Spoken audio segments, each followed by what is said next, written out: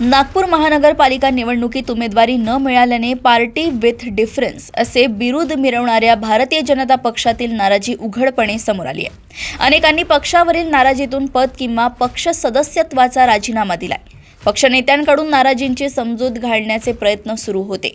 भाजपने यादी जाहीर न करता थेट उमेदवारांना एबी फॉर्मचे वाटप केले।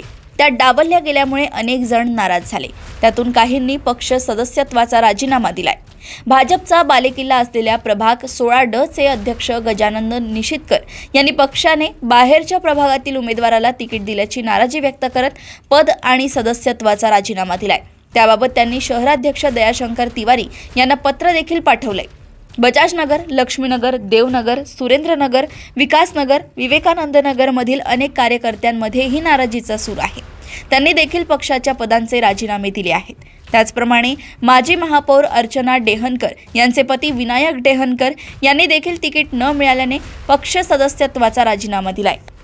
प्रभाग 27 मधून भाजपचे माजी नगरसेवक हरीश दिकोंडवार यांनी अपक्ष अर्ज दाखल करत बंडखोरी केली। भाजपाचे अनुसूचित जाती मोर्चाचे महामंत्री राम अहिरकर यांनी बंडखोरी करून अपक्ष म्हणून उमेदवारी अर्ज दाखल केलाय। मंडळ उपाध्यक्ष आसावारी कोठीवान यांनी देखील अपक्ष म्हणून अर्ज दाखल केलाय। तसेच प्रभाग 33 मधून गोलू बोरकर यांनी देखील अपक्ष म्हणून नामनिर्देशन पत्र दाखल केलाय।